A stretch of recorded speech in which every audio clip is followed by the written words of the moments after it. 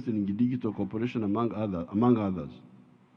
This year, 2024, is a crucial year with various intergovernmental processes at the United Nations on issues that are of paramount importance for the group. These include the inter alia Fourth International Conference for the Small Island Developing States, Third UN Conference on the Landlocked Developing Countries, ECOSOC, Economic and Social Council, Forum for Financing for Development Follow-up, ECOSOC, Economic Social Council High Political Forum on Sustainable Development, the Summit of the Future, Fourth International Conference on the Financing for Development, and 2024 UN Climate Change Conference, all of which demand that we as the group remain even more steadfast in promoting the interests of developing countries. Uganda, therefore, commits itself to consolidate the unity, to work for the consolidation of the unity, presence, and influence of the group in these intergovernmental processes. In this regard, we look forward to working closely together with all the members of the group in this endeavor. In conclusion, it is critical that the Group of 77 and China remains united in its pursuit of collective interests at the United Nations. In the intergovernmental processes at the United Nations, we must ensure that priorities of the group are promoted and defended. I assure you that our team, led by the permanent representative in New York, has my full support to chair the Group of 77 and China. It is our sincere hope that our chairmanship will be an invaluable new step to the path toward the realization of our aspirations as developing countries. I thank you. Thank you so much.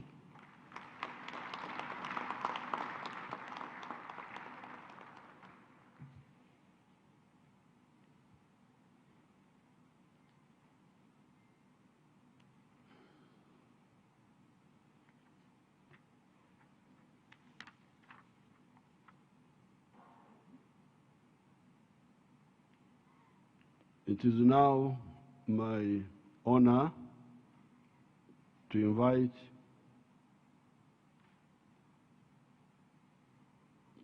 His Excellency Dennis Francis, President of the 78th session of the United Nations General Assembly, to address us.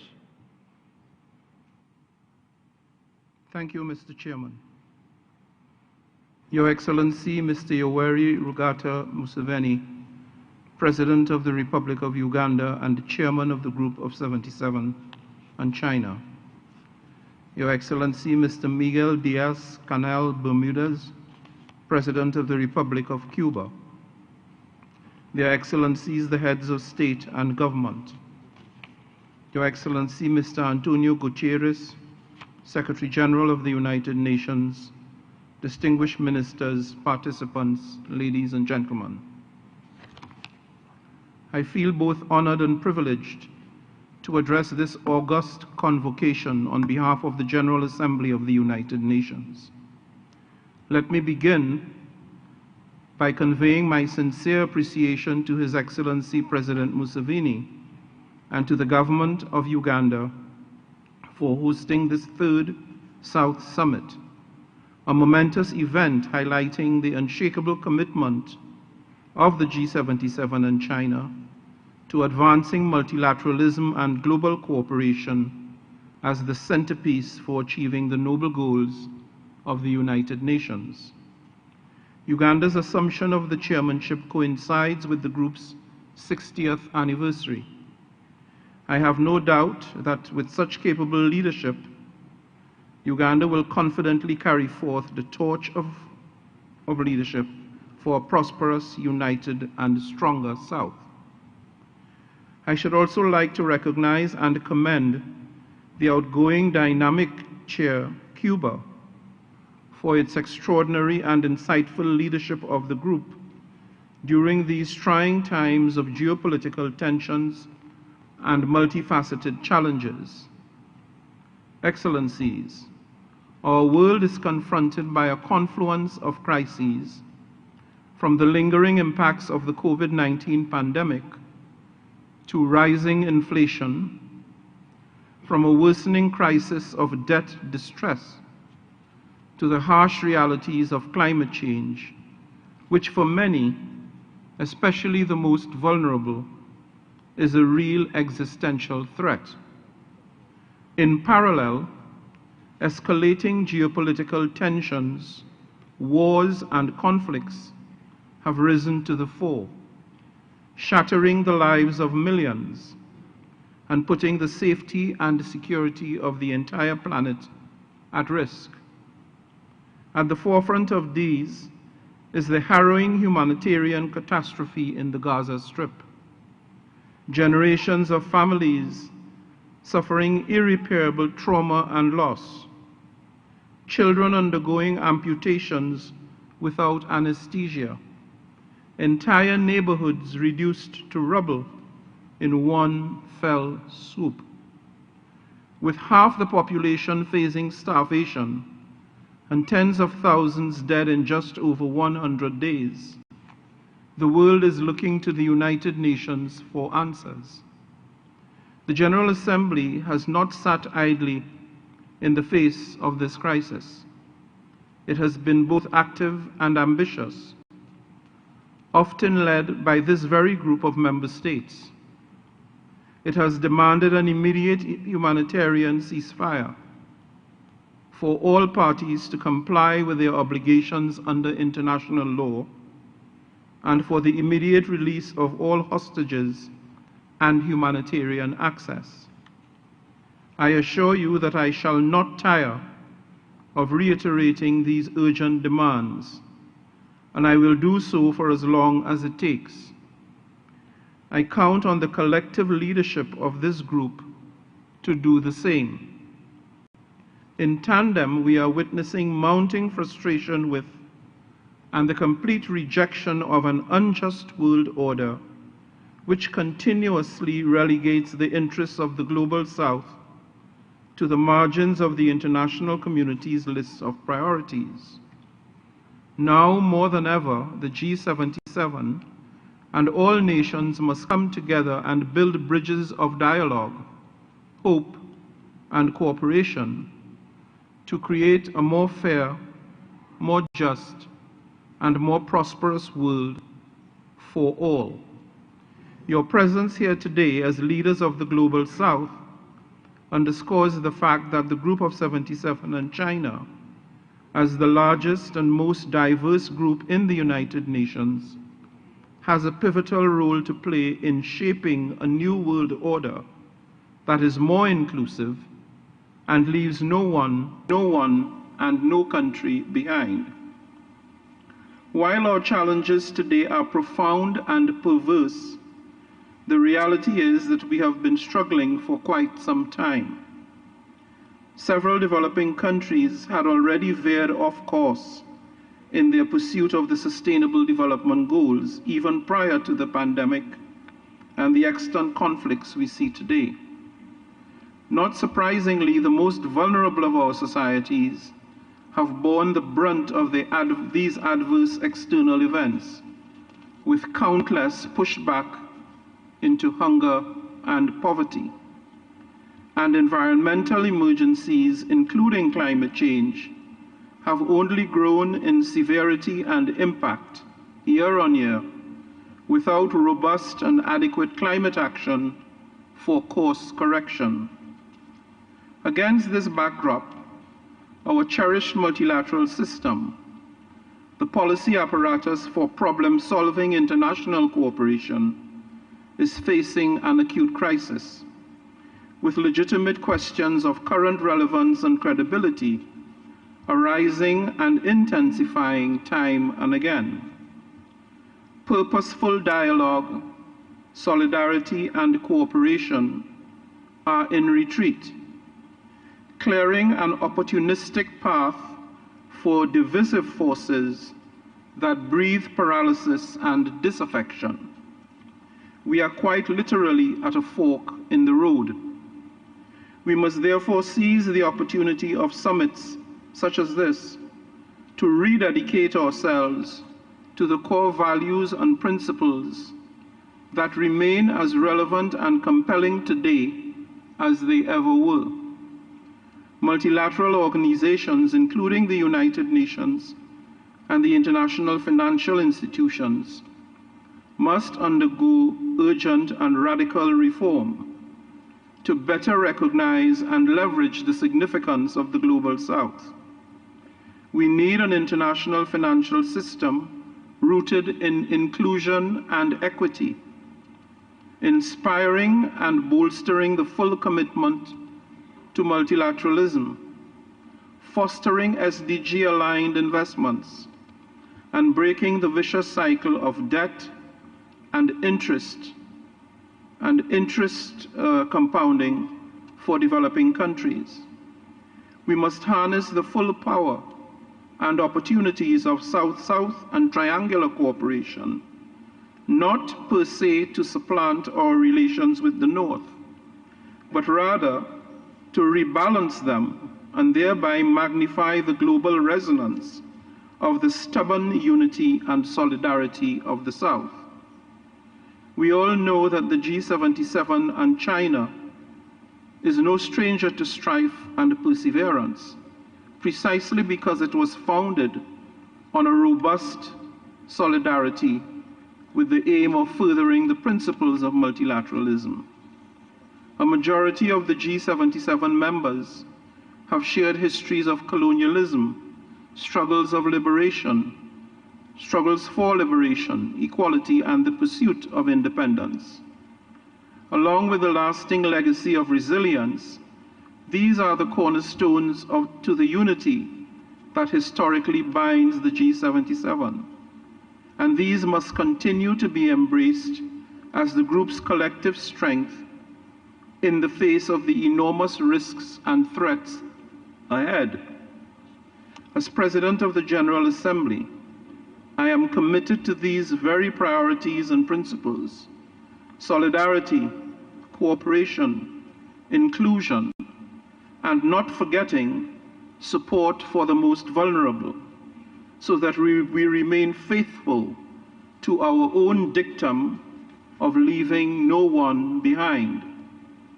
This new year offers an opportunity to shift our collective trajectory and to make common cause in our determination to craft a new narrative that incentivizes and supports effective global transformation in bringing those left out, overlooked, and perhaps even forgotten into the mainstream of sustainable development.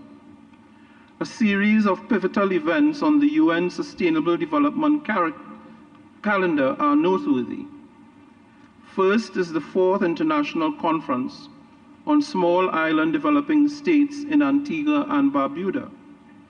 Secondly, the 3rd United Nations Conference on Landlocked Developing Countries in Rwanda. And thirdly, the first ever UN General Assembly Sustainability Week, a flagship initiative of my presidency, being convened from the 15th to the 19th of April 2024 at UN headquarters, focusing on sustainability themes in selected sectors, namely tourism, transport, energy, infrastructure, as well as a signature event on debt sustainability, which of course is a major concern to members of the G77. Sustainability Week will build on the 2023 SDG Summit and seek to accelerate our path to 2030 in order to achieve the promise of the SDGs as well as that of the Paris Agreement. I am confident I can count on the constructive engagement of the G77 and China at the highest possible level to ensure that this week amply positions us to take forward what will unarguably be the defining multilateral process of our generation, that of the summit of the future. The summit aspires, among other things, to accelerate implementation of the 2030 Agenda, to rectify key governance gaps, and to ensure member states uphold their commitments to development. The G77 and China must play a crucial role in shaping the outcome of the summit, insofar as it will recalibrate the relationship between the global north and the south. In that regard, the application of modern technology to support human welfare will be a key area of focus, and so the G77 will need to be alert to ensure that such technologies contribute to closing as distinct from increasing the development gap. I also encourage your continued engagement in the intergovernmental negotiations for the Declaration on Future Generations and the Global Digital Compact, the potential economic benefits of which are extraordinary, though with probable social and societal risks. How we balance the benefits versus the costs is a critical issue for contemplation by the G77 and China. I call upon you all to actively support impactful transformation, a transformation that goes beyond statistics and annual reports, one that instead translates into tangible human and developmental progress, that creates a more secure, safe, and peaceful world and a more sustainable planet. Despite the challenges, I am certain that together we can seize this moment to unlock new commitments and adopt innovative policies that leave no one behind. Excellencies, together as one G77 and China, let us commit at this summit to work even harder to rebuild trust, to reignite global solidarity, and to harness the power and potential of multilateralism to secure and deliver peace, prosperity, progress, and sustainability for everyone, everywhere. I thank you.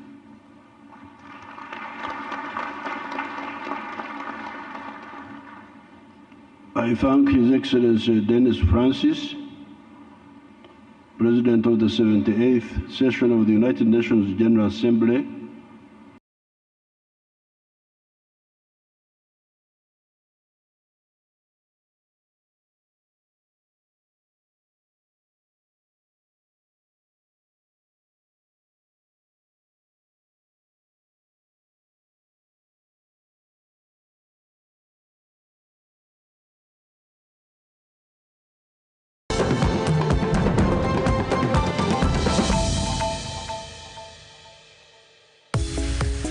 This season, we're partnering with some of the biggest festivals around the country.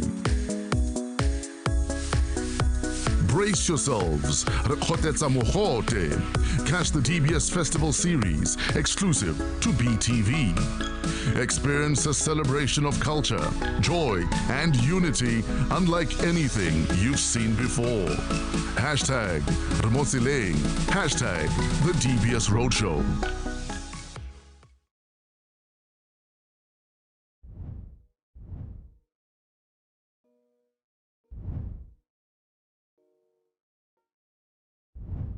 Ga re lebella UNA's 95-95 targets tse leng gore ke maitlamo a ditšhabatšhaba a gore re eletsa gore ka ngwaga wa 2030 ye be le gore mongwe le mongwe tota ke 95% ya batho ba tshela le mogare bo ba itse seemo sa bone sa gore ba tshela le mogare. 95% ya batho ba na le mogare bao ba tsaya dipilisi tsa go ritibatsa mogare mo mmeleng wa bone. Go tswang ho 95% ya ba tsayang dipilisi mogaro o bo re tibetse mo mebeleng ya bone kana mo mading a bone go itsa gore bo ba ka anamisa mogare ko ana maitialo a boditšhabatšhaba a 95 95 95 jaanong ga re lebelela maitamo rona re le Botswana go lebega re itheletse maitamo a othe mme ebile re a itheletse pele ga nako pele ga 2030 ka gore go ana jaana re bua ile gore for the first 95 we are at 95 so re mo hitheletse. For the second 95 we are at 98. For the third 95 we are at 97.9 ke mo ka re mo go 98 ka jalo 95% ya batho ba tshela le mogare mo Botswana ba itse seemo sa bone sa gore ba tshela le mogare. 95% ya bone ba bana le mogare ba tsaya dipilisi. 98% ya ba tsaya dipilisi they are virally suppressed. So re hitheletse 95 95 95 re tsamaya mo go 95 98 97.9 e leng 98 ha re round mme ke letsa gore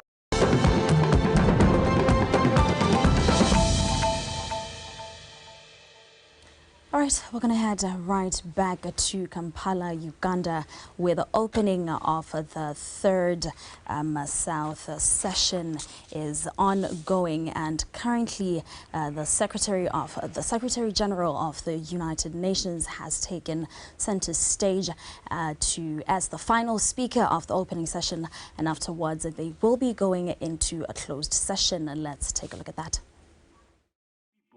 Disrupting global supply chains and threatening to set entire regions alight. In Gaza, Israel's military operations have spread massive destruction and killed civilians on a scale unprecedented during my time as Secretary General, including more than 150 members of our own staff, following the horrific terror attacks by Hamas on 7 October. This is heartbreaking and utterly unacceptable. The Middle East is a tinderbox. We must do all we can to prevent conflict igniting across the region. And that starts with an immediate humanitarian ceasefire to relieve the suffering in Gaza, allow humanitarian aid to reach everyone in need, and facilitate the release of hostages, which should be immediate and unconditional. The repeated refusal yesterday to accept the two-state solutions for Israeli and Palestinians is totally unacceptable, as I told the summit of the non-aligned movement. The denial of the right to statehood for the Palestinian people would indefinitely prolong a conflict that has become a major threat to global peace and security, exacerbate polarization, and embolden extremists everywhere. Excellencies, righting our troubled world depends on effective global action. Yet the international system is out of date, out of time, and out of step, reflecting a bygone age when many of your countries were still colonized. The United Nations Security Council is paralyzed by geopolitical divisions, and its composition does not reflect the reality of today's world. It must be reformed. And the global financial system, including the Bretton Woods institutions, have failed to provide a global safety net for developing countries in distress, as it was created after the Second World War in a totally different global economic situation. Yet, amidst all this gloom, there is hope.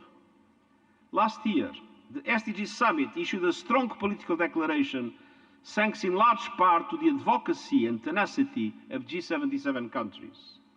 And this year, we have an opportunity to build on that success. The Summit of the Future, to be held in New York in September, is a generational opportunity. It aims to reform and revitalize multilateralism so that it works for everyone, everywhere, and meets the challenges of today. It is a chance to create the conditions for countries to achieve the SDGs, to find consensus on frameworks to address new challenges, and to build a better world for us all. We rely on the G77 plus China to make the Summit of the Future a success, to seize this opportunity and to find common solutions. The summit will consider deep reforms of the international financial architecture. Financial institutions and frameworks created after the Second World War still largely correspond to the power relations and the global economy of that time. They must be reformed so that they are truly universal, reflect with justice the realities of today, and are much more responsive to the needs of developing countries. I have also proposed an SDG stimulus of $500 billion a year in affordable long-term finance for sustainable development and climate action in developing countries.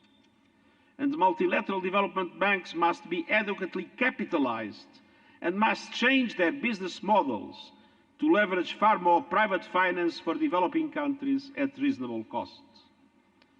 The SDG stimulus calls for urgent action on debt, including breathing space for countries facing unbearable repayment schedules.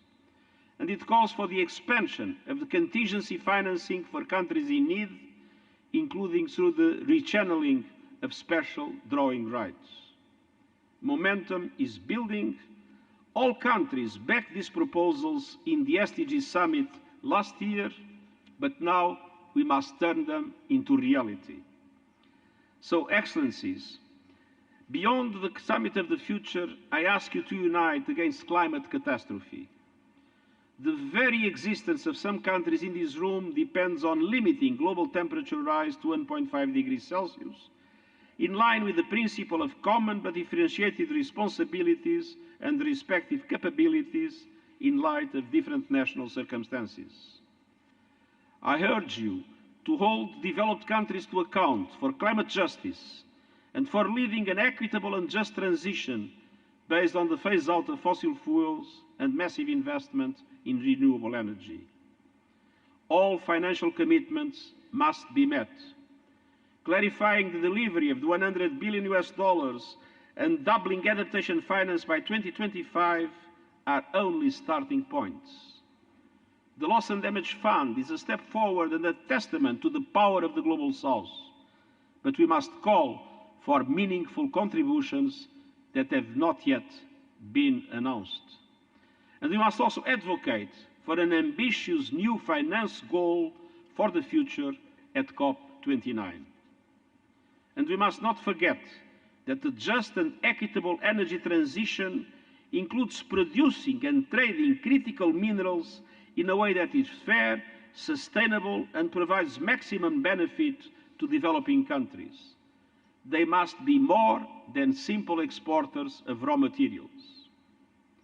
Excellencies, new technologies can turbocharge progress towards the SDGs. Our proposed Global Digital Compact aims to ensure that in a new technological era, no one is left behind. And I hope it will be agreed at the Summit of the Future. And the high-level body on artificial intelligence that I created, which includes several experts from G77 countries, and is balanced 50% North and 50% South, has already made preliminary recommendations on global artificial intelligence governance, including with the objective of accelerating the Sustainable Development Goals. The new Scientific Advisory Board is also working to ensure scientific breakthroughs are shared equally for the benefit of all. And I praise the efforts done by the Presidency of Cuba to put science and technology in the center of G77 concerns. I encourage you to engage in all these efforts. The 21st century cannot replicate the vast inequalities of the 20s. Do not let new rules for new technologies be written by the rich for the rich. Excellencies, let us face it, those that benefit most from the present global governance system are unlikely to lead its reform. So momentum for change must come from you. I urge you to keep driving these efforts forward. We have a chance to cultivate a just, peaceful and prosperous future where no one is left behind. But for that, a lot needs to be changed and reformed. Together, let's unite to fight to make it a reality, and I thank you.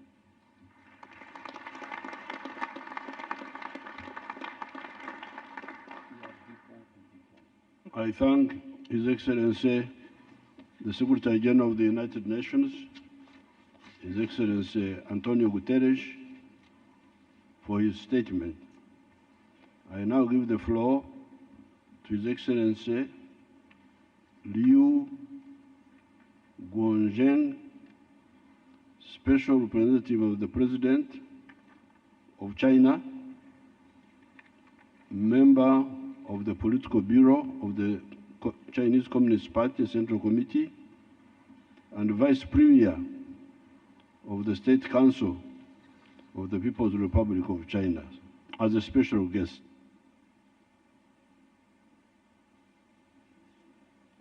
Your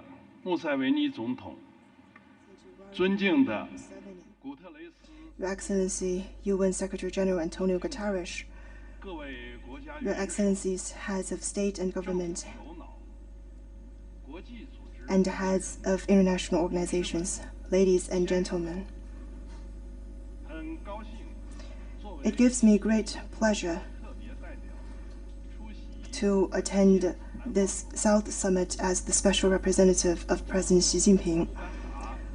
I wish to express my appreciation to the government of Uganda for its thoughtful arrangements and congratulations on their assumption of chairmanship. And I want to thank Cuba's efforts and contribution in the past period. The title of my speech is Seeking Strength Through Unity and Forging Ahead with Enterprise to Jointly Write a New Chapter in South Cooperation.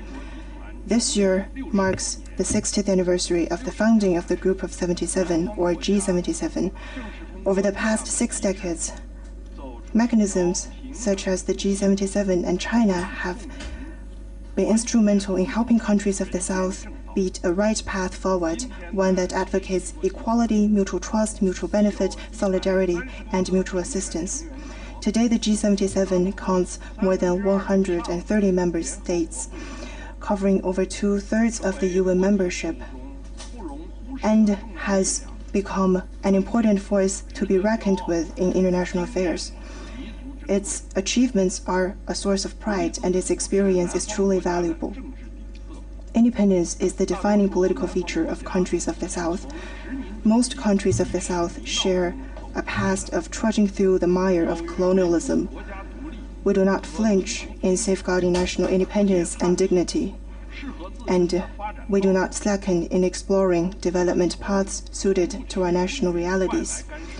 We never succumb to external interference, strive to safeguard the rights to subsistence and development, resolutely reject hegemonism and power politics, and hold firm in our own hands the future of our country's development and the well-being of our nations. In an ever-changing international landscape, we have gained a strong foothold and at the same time promoted the progress of human society. Seeking strength through unity is a glorious tradition of countries of the South. President Xi Jinping pointed out that South-South cooperation is a great creative undertaking by developing countries to seek strength through unity. We have been deepening South-South cooperation, advancing North-South dialogue, and standing together in international affairs. The G77 and China is our important cooperation mechanism within the framework of the UN. Countries of the South have also created such platforms as the BRICS and the African Union to send common messages and uphold shared interests. Not long ago, the BRICS realized a historic expansion, which strengthened the momentum of solidarity and cooperation among emerging markets and developing countries, and boosted the morale of the Global South to forge ahead in unity. Pursuing development and rejuvenation is a historical mission of countries of the South. Seizing the opportunities of economic globalization, countries of the South have been promoting trade and investment, liberalization and facilitation, and carrying out bilateral, regional, and multilateral cooperation, thereby realizing fairly fast economic and social development. Today, countries of the South account for half of the world economy, 42% of global trade, and half of high-tech exports. We are visibly narrowing the gap with developed countries. Countries of the South now contribute to nearly 60% to global growth, according to statistics from international institutions. Equity and justice are the common aspiration of countries of the South. We always address major international issues based on their merits, making fair remarks and taking fair actions. In mechanisms including the UN, the G20, the International Monetary Fund, and the World Bank, we have played a constructive role. We have made it possible to establish New Development Bank, the Asia Infrastructure Investment Bank, the Silk Road Fund, among other financial institutions, guiding the trend of international cooperation and making the global governance system more fair and equitable. Ladies and gentlemen, changes unseen in a century are unfolding at a faster pace in the world, and the collective rise of countries of the South is unstoppable. Yet, the unjust and inequitable international political and economic order from the past continues to have lingering effects. Factors hindering world peace and development have not been eradicated, and countries of the South are facing an increasingly complex external environment. We need to renew our efforts to forge a united, equal, balanced, and inclusive global development partnership and build a community with a shared future for mankind. To this end, I wish to put forward 3 proposals. First, we need to be brave and determined in exploring our path to modernization. Modernization as an aspiration is universal among all countries, but the ways leading to it cannot fit into one single model. We need to put our people at the center, stay grounded in our own realities and traditions, learn from other civilizations, and explore paths to modernization that fit our own development. We need to seize the opportunities created by the latest round of technological revolution and industrial transformation, thus achieving leapfrog economic and social development. China is advancing the great rejuvenation of the Chinese nation on all fronts through a Chinese path to modernization. We look forward to joining hands with countries of the South and achieving modernization together, leaving no one behind. Second, we need to pursue higher quality South-South cooperation. Countries of the South at various stages of development and with diverse endowments of resources enjoy considerable complementarities in economic structures. We need to seek strength through unity, enhance the synergy of development strategies, and continue to unlock the potential for cooperation to make countries of the South more competitive as a whole. China is ready to focus on practical cooperation and capacity building and conduct cooperation in a broader way and in more areas to unleash the potential for growth, address the difficulties holding back development, and improve people's well-being. Third, we need to actively participate in the reform of the global governance system, complying to the common call of all countries, especially developing countries, and raising our representation and voice in meaningful ways is critical to tackling the age-old problems in international governance. We need to jointly call for an equal and orderly multipolar world and a universally beneficial and inclusive economic globalization, build an open world economy, firmly promote trade and investment liberalization and facilitation, resolutely oppose the attempt to roll back globalization and abuse the concept of security, and foster a global environment conducive to the development of countries of the South. We need to jointly support the reform of the WTO and the international financial system, and to make international development agencies more efficient in supporting countries of the South. We need to bring development to the center of the global economic policy framework, urge developed countries to earnestly deliver on their commitments of official development assistance and climate financing, and speed up the implementation of the 2030 Agenda for Sustainable Development. Poverty is a primary challenge for the development of countries of the South. China encourages the UN Secretary General to nominate a special envoy for poverty eradication in order to promote global poverty reduction. Ladies and gentlemen, China firmly supports countries of the South in realizing common development. In the early days of its founding, New China began assisting other countries to the best of its capacity. More than 70 years on, thousands of complete projects and projects for providing goods and materials have been implemented. Over 10,000 technical cooperation projects have been conducted, and over 400,000 training opportunities have been provided to developing countries. In all these endeavors, we have never attached political strings or interfered in other countries' internal affairs, winning deep friendship from countries of the South.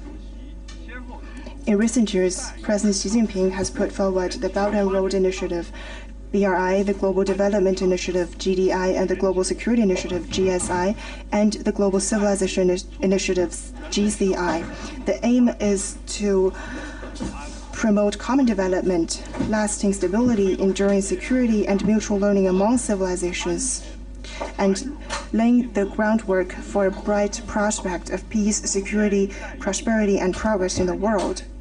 Belt and Road Corporation has had more than 3,000 projects and galvanized over $1 trillion of investment globally in the past decade since its launch. The GDI has generated more than 10 international cooperation platforms in its 8 priority areas and over 200 cooperation projects on the ground. Working closely with 20 international organizations, China has implemented over 130 trilateral cooperation projects in nearly 60 countries in areas such as poverty reduction, food security, public health, and climate change. More than 30 million people have benefited from these projects, and the 2030 Agenda for Sustainable Development received a good boost. President Xi Jinping has underlined that China, as a developing country and one of the Global South, has invariably stood in solidarity with fellow developing countries through thick and thin. China will continue to take South-South cooperation as a priority in its cooperation with other countries, stand together and work in concert with G77 members, and contribute to the common development of countries of the South with its philosophy and progress in pursuing Chinese modernization. Thank you.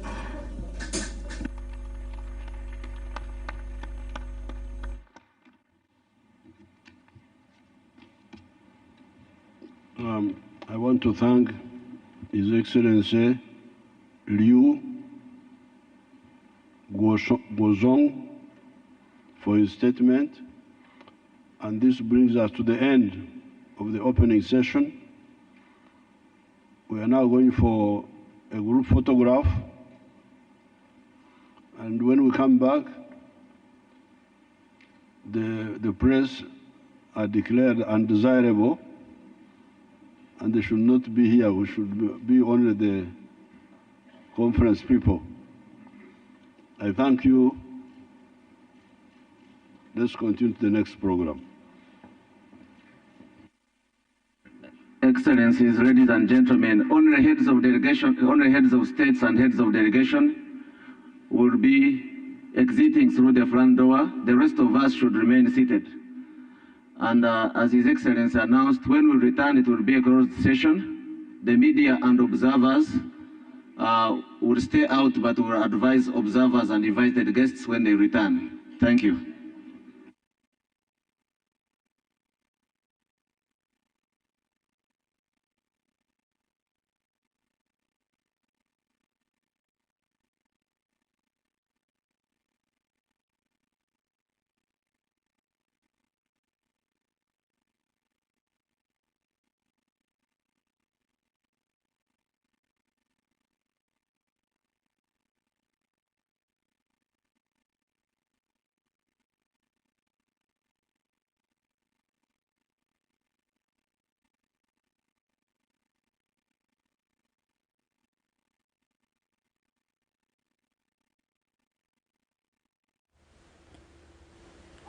Ladies and gentlemen, keep seated apart from it.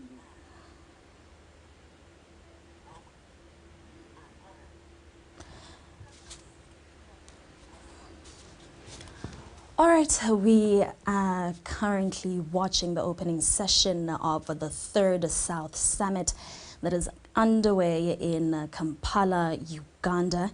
And as we can see, member states are heading out right now for a group photo. And as we may remember that this summit, this third South Summit, is held under the theme, Leaving No One Behind.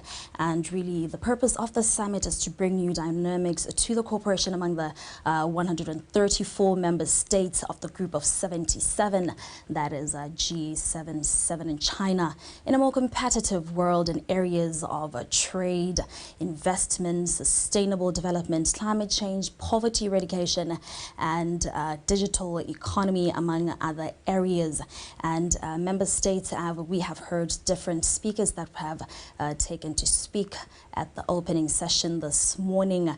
The discussions that this summit will, member states will reiterate the message of solidarity. That is something that all the speakers have spoken repeatedly on and intentionally on: solidarity, unity, and complementarity of the South, speaking with one unified voice to achieve the common goals and objectives.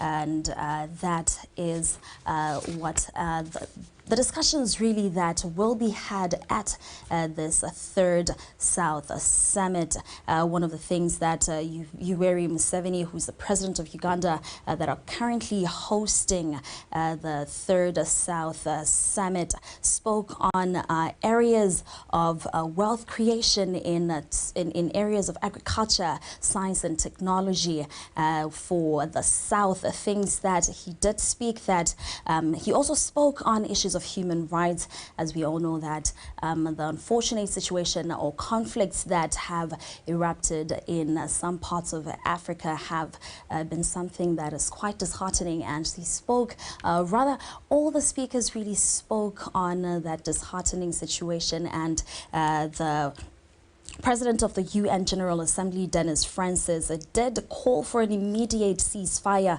in the conflict out in Gaza and immediate release of those that have been held in captive. He also said that member states should harness the power of multilateralism to bring forth a peace and prosperity in the South. And he did say that the G77 in China plays a pivotal role in strengthening relations and cooperation between the global North and the South.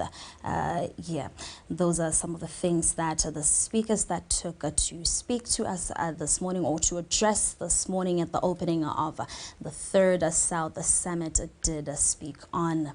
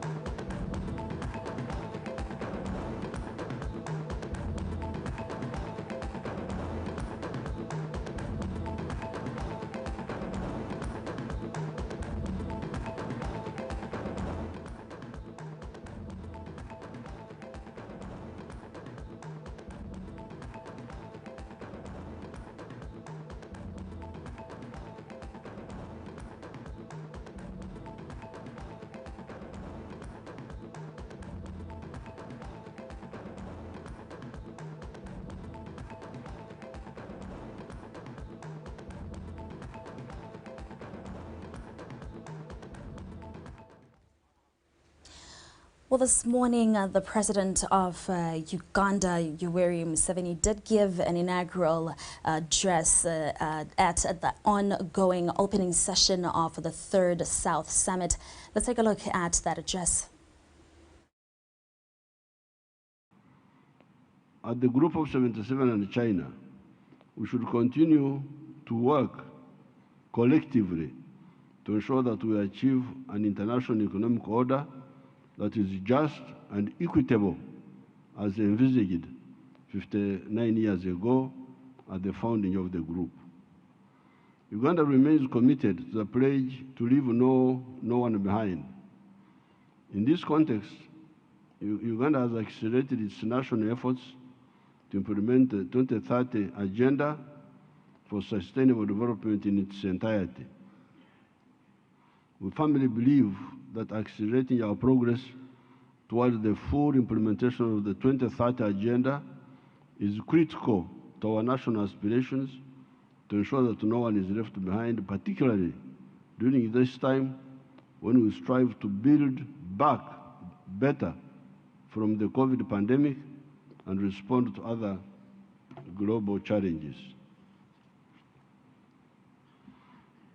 Uganda has identified 4 key sectors of wealth creation and job creation that include commercial agriculture,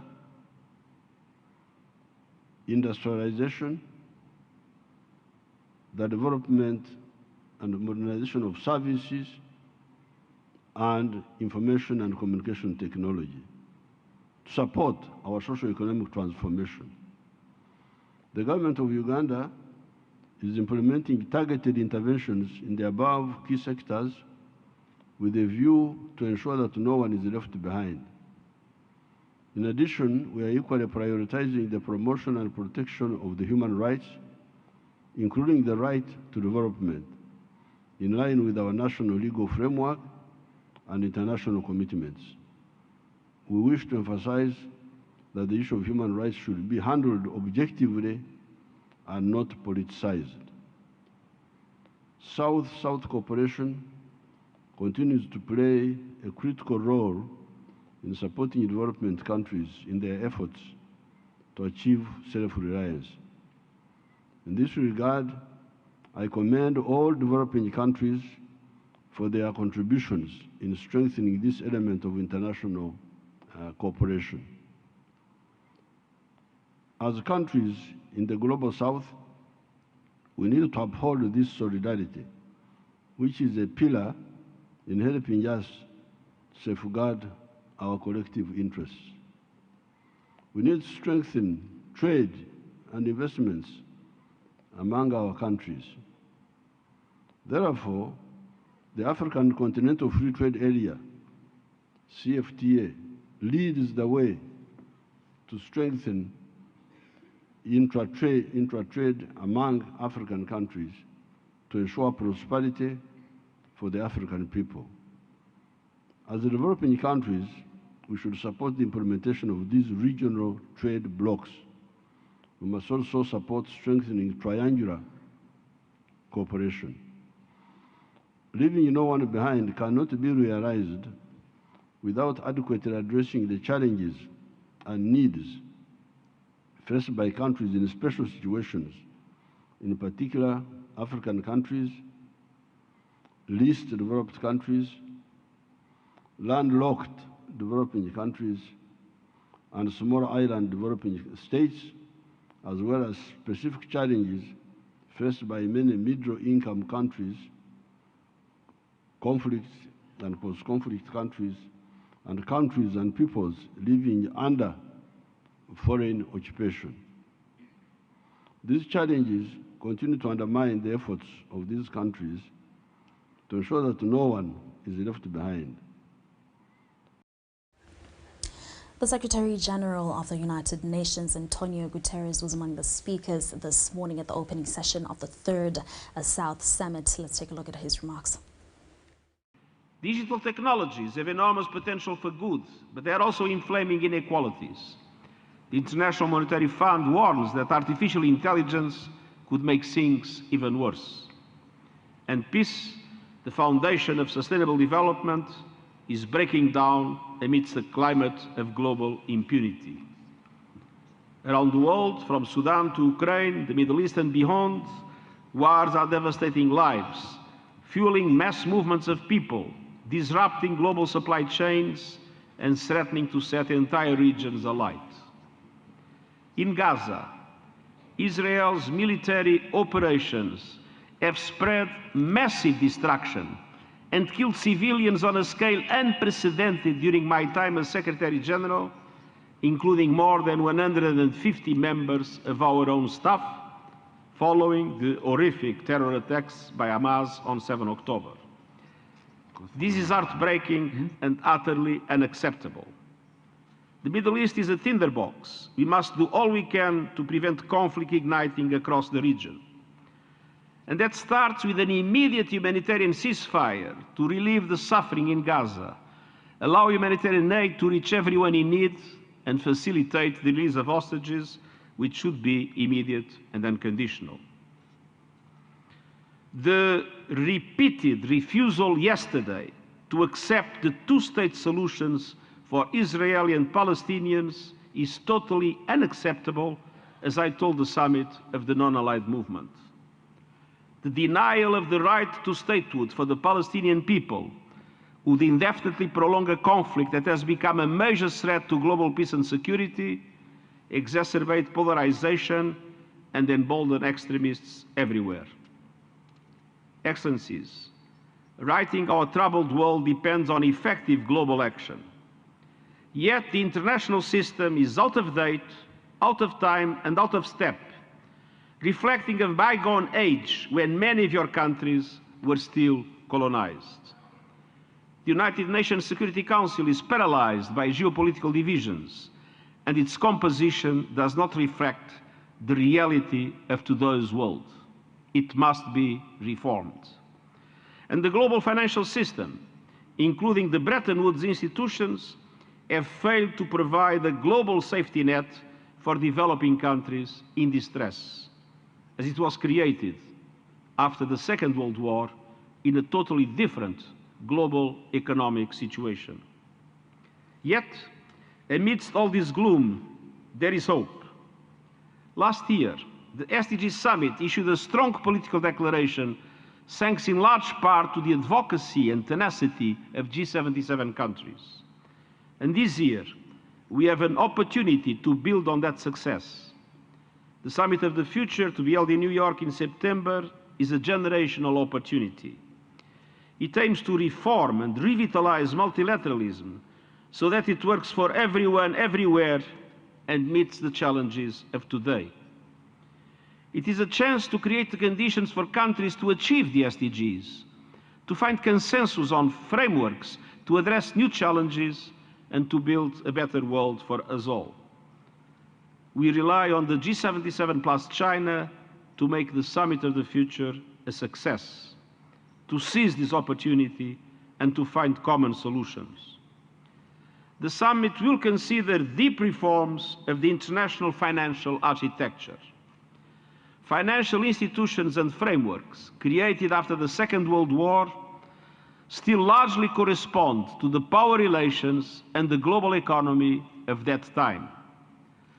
They must be reformed so that they are truly universal, reflect with justice the realities of today, and are much more responsive to the needs of developing countries. I have also proposed an SDG stimulus of $500 billion a year in affordable long-term finance for sustainable development and climate action in developing countries. And multilateral development banks must be adequately capitalized and must change their business models to leverage far more private finance for developing countries at reasonable costs.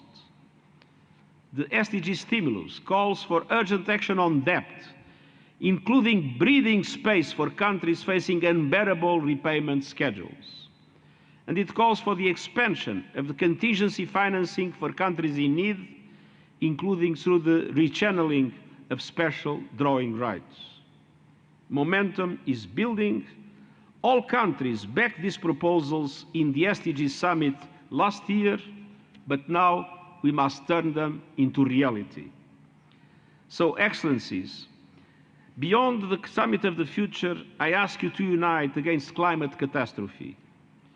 The very existence of some countries in this room depends on limiting global temperature rise to 1.5 degrees Celsius, in line with the principle of common but differentiated responsibilities and respective capabilities in light of different national circumstances.